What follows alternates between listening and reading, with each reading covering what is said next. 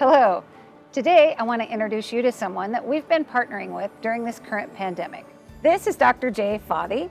He is our consulting physician. He's been working with us through the COVID-19 pandemic and has been giving us a lot of great direction throughout.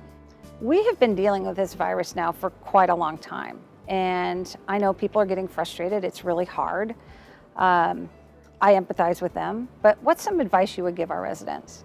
Well, I'll tell you, I know it's very, very hard right now. I haven't hugged my mom, even though I've seen her. I haven't hugged her since this whole thing started.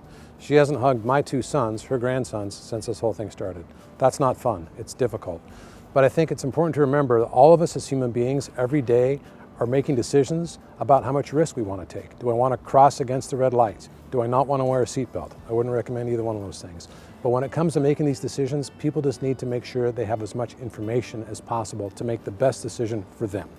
So there is no question that type of behavior, like hugging, those type of healthy activities are somewhat risky right now. And that's why we're being very, very careful in our communities with these protocols.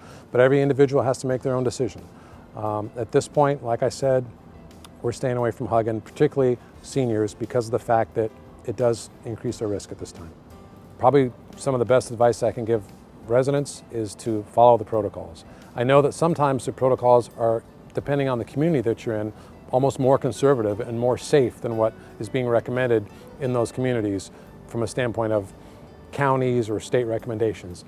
But we'd much rather be safe than sorry in this situation. There is no point in taking risks, and I think the protocols that you have at your communities are very good, and I would urge everyone to follow them strictly. And one last thing about masks.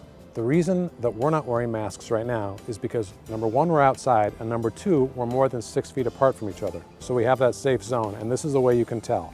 But if we were inside or if we were closer, we'd be wearing masks. So please remember, don't be afraid to wear your mask. It's very important to protect yourself, but more importantly, to protect other people. Thank you so much, Dr. J. I really, really appreciate your time and your insight.